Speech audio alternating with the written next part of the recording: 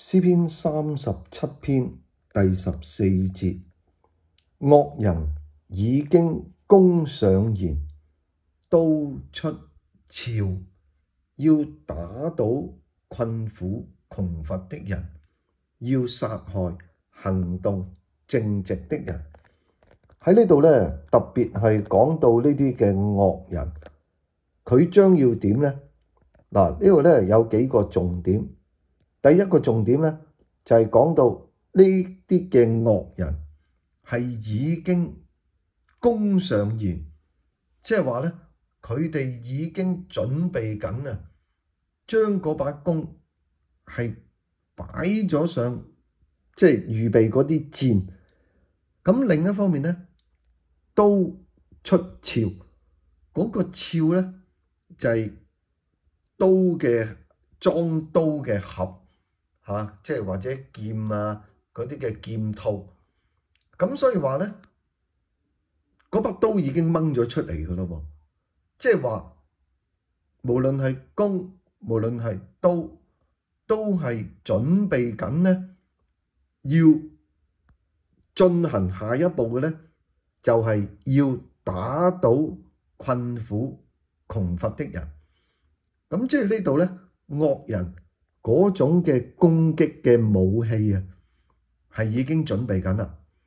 咁而呢啲嘅武器，無論係弓箭啊、刀啊、劍啊，佢哋係要呢對付嗰班困苦窮乏嘅人。咁所以呢，呢班困苦窮乏嘅人，佢哋本身已經係一班弱勢嘅群體，再加上惡人佢哋嗰種即係武器嘅攻擊呢，就更加危險啦。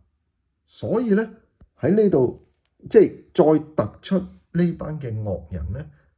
呢度話要殺害行動正直的人，即係唔單止佢哋要打倒呢啲嘅困苦啊窮乏嘅人，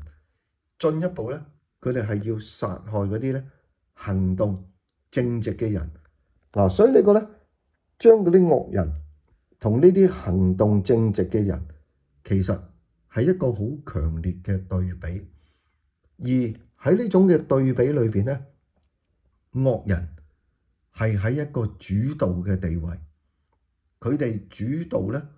係一種攻擊對付，無論係困苦人或者係行動正直嘅人。咁所以呢，俾我哋睇到，其實大衛佢刻畫出惡人嗰種嘅邪惡係點樣嘅一面。咁當我哋去倚靠神，可能我哋係面對緊一啲嘅惡人嚇。如果我哋面對呢啲嘅惡人嘅時候呢，我哋好似係好被動，但係呢，我哋仍然需要用信心去倚靠，去仰望神，求神幫助我哋。親愛嘅天父，主啊，我哋睇到人性嘅邪惡，好似呢節經文嗰啲嘅惡人，佢哋係要打倒嗰啲窮乏人，要殺害嗰啲行動正直人。主啊，求你保守我哋，讓我哋去脫離呢啲邪惡嘅人。我哋倚靠仰望你，祈禱奉主名求，阿們。